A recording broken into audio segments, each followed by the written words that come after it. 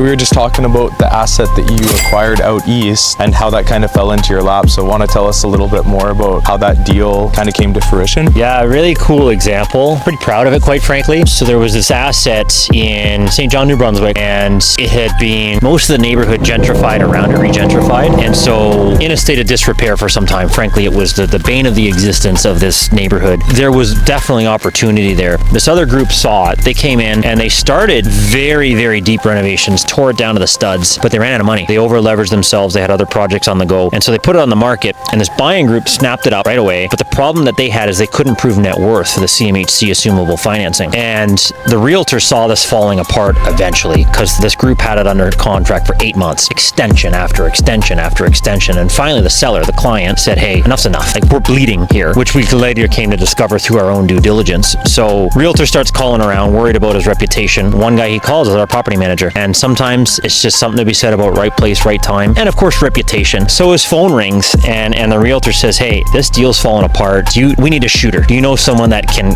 absolutely close if this works out? And he says, matter of fact, yeah, I got a shooter right next to me. He just shot back a pint. And we were literally tipping pints together at a local sports bar there. And so he hands me the phone and I said, yeah, I mean, definitely interested. Shoot me over details. Started digging into due diligence. Now, I have a bit of a unique background. You know, I came from the wholesale world, plumbing and HVAC wholesale. And a lot of distributors will talk to each other. And one thing we were able to find out about this seller, through their renovations, they actually had a massive account payable that was going to collections. Nobody would have ever expected us to find out those details. So we used that as a point of leverage, as a lever to pull. Because not only did they have their first position mortgage, the assumable CMHC mortgage, they had a $500,000 second at 12%. So they were very incentivized to move this property. And they had a $383,000 account payable going to collections. So we came to them and we said, okay, so we understand that the last buying group had this asset under contract at 10.1. Frankly, we don't like a price that starts with a 10. What was their face when they realized that you found out these details? Well, I mean, we unfortunately, we didn't have a chance to talk to the seller directly. Yeah, of course. But we have developed a very candid relationship with the realtor now, and that double-ended this transaction. We've done other transactions with them, and he says they were quite shocked.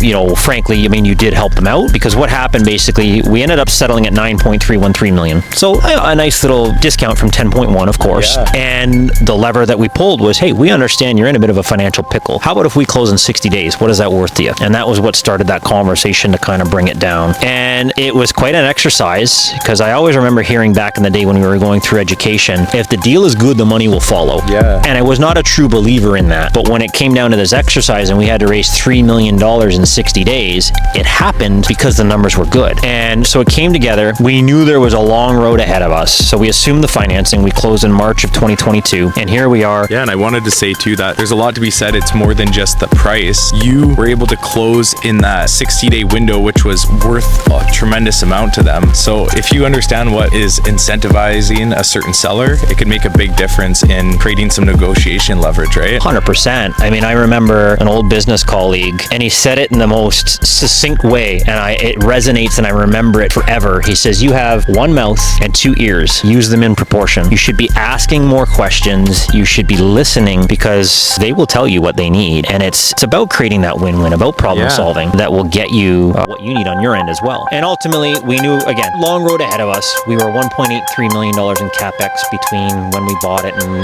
when we're now stabilized.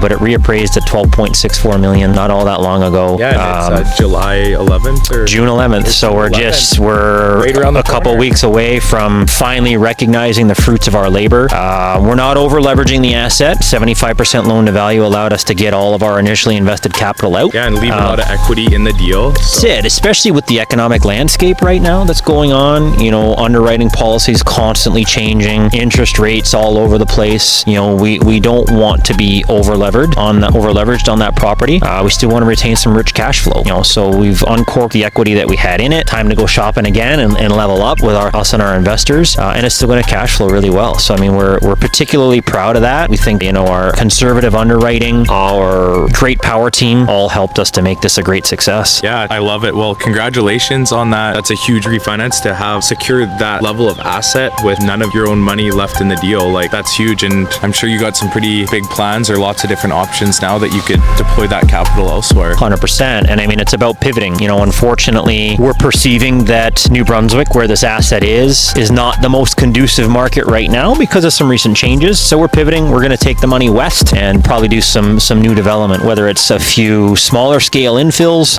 or potentially a nice land assembly for a purpose-built multi. Yeah, well, congratulations, Ryan. Keep on killing it. Can't wait to see what you do next. Appreciate it. Sweet.